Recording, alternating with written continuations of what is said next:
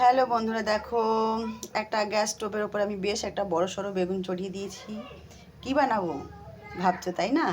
হ্যাঁ, বানাবো বেগুন ভর্তা। অনেক দিন হয়ে গেছে খাওয়া হয় না। আর বেগুনটা দেখে কিন্তু বেশ লোভ লাগলো, একদম কালো কুচকুচে আর বেশ বড় সড়ো আছে, ভেতরটা একদম মনে হচ্ছে কচি। তো চলো দেখো আমি রেসিপিটা কিভাবে বানাই। একদমই ঝটপট বানাবো, একদম তাড়াতাড়ি আর সাধারণ, খেতে হবে অনেক সুস্বাদু।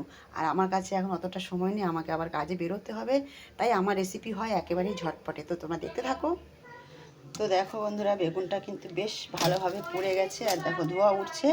আমি এটা কিন্তু ধোবো না, না ধুয়েই আমি খোসাটা ছাড়াবো, কারণ পোড়া গন্ধটা না হলে চলে যাবে। আর ভর্তা বানানোর জন্য দেখো আমি উপকরণ নিয়ে নিচ্ছি। একটা মিডিয়াম সাইজের পেঁয়াজ কেটে নিয়েছি, রসুন, আদা কুচি, কাঁচা লঙ্কা, ধনেপাতা। টমেটোটা নেই তাই টমেটোটা কাটলাম না। চলো রেসিপিটা তৈরি করি।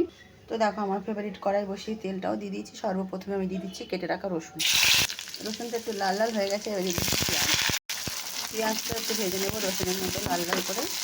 এবার দিয়ে দেবো আদা কুচিটা, আর সাথেই দিয়ে দেবো কাঁচা লঙ্কা দিয়ে একটু ভেজে নেবো। আদা রসুনটা যখন এভাবে ভাজা হয় তখন কিন্তু খুব সুন্দর একটা ঘ্রাণ আসে। তো আমি একদম সিম্পলি রান্না করছি, যখন যেটা থাকে তখন সেটাকেই ম্যানেজ করে নিই। অ্যাকচুয়ালি আমাদের গৃহবধূদের কাজই হলো যা ঘরে থাকে সেটাকেই ম্যানেজ করে রান্না করা কিংবা সংসার চালানো, সেটাই করি আমরাও, আমিও করি সবার মতো। তো আজকে টমেটো নেই, টমেটোর বদলে আমি কিন্তু একটা জিনিস দেবো, সেটা পরে দেখাচ্ছি। দিয়ে দিচ্ছি পরিমাণ মতো লবণ, হাফ চামচ থেকেও কম হলদি গুঁড়ি, আর 1 চামচ মতো লঙ্কার গুঁড়ি। একটু ভালো করে মশলাটাকে ভেজে নেব। তো দেখো মশলাটা প্রায় ভাজা হয়ে গেছে। এইবার দেখো বেগুন থেকে কতটা তেল বেরিয়েছে। সাধারণত বেগুনি থেকে কিন্তু তেল বেরোয়, আর এরকম ধরনের কালো বেগুন থেকে তো মানে বেশ খানিকটা বেরিয়েছে। আর আমি ধুইনি, সেই জন্য একটু কালো কালো রয়ে গেছে। আমি এইভাবেই দিয়ে দিচ্ছি মশলার মধ্যে। তো দেখো গ্রানটা কিন্তু খুব ভালো আসবে।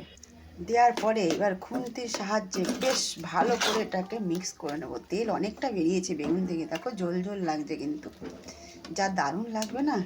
এখনই পুরোভাবে কমপ্লিট হয়নি, তাই দেখো কত সুন্দর লাগছে। একটু ওয়েট করো।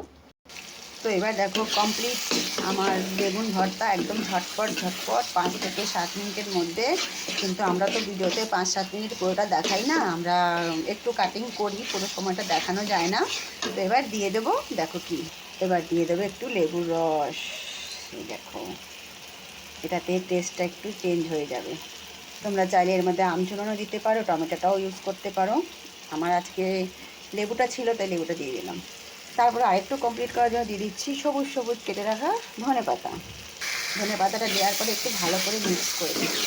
তো দেখো বন্ধুরা, বেগুন ভর্তাটা কিন্তু এবার পুরোভাবে কমপ্লিট হয়ে গেল। আমার থেকে তো দারুণই লাগছে। তোমাদের থেকে কেমন লাগছে অবশ্যই কমেন্ট বক্সে কমেন্ট করে জানাবে। আর যদি পারো একটু ঘরে এভাবে বানিয়ে খেয়ে দেখবে কেমন লাগে, তারপরে কমেন্ট করে জানাবে। আর যদি তারপরেও ভালো লেগে থাকে একটা লাইক একটা শেয়ার অবশ্যই করে দেবে। সবাইকে অনেক অনেক ভালোবাসা, অনেক অনেক ধন্যবাদ। এরপরে আবার একটা ভিডিওর সাথে দেখা হবে। Tata, bye bye.